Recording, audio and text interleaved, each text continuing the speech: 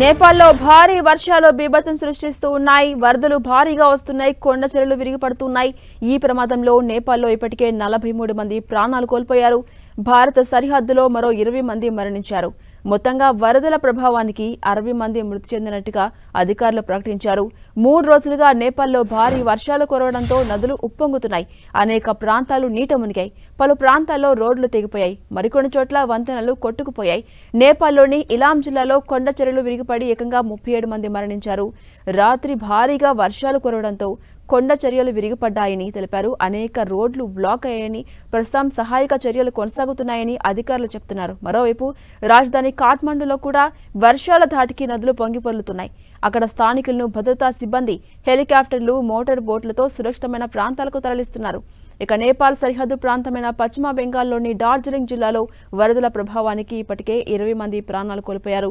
రాత్రి భారీగా వర్షాలు కురవడంతో వరదలు ఒక్కసారిగా వచ్చాయి. కొండ చర్యలు విరిగిపడ్డాయి. అనేక ఇళ్లు ధ్వంసమయ్యాయి. ఇక్కడ కూడా ప్రస్తుతం సహాయక చర్యలు కొనసాగుతున్నాయని చెప్తున్నారు అధికారులు.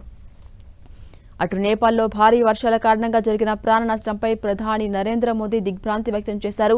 క్లిష్ట సమయంలో నేపాల్కు భారత్ అండగా ఉంటుందని మోదీ ట్వీట్ చేశారు. మిత్రదేశమైన నేపాల్ సాయం అందించేందుకు భారత్ కట్టుబడి ఉందన్నారు ప్రధాని మోదీ.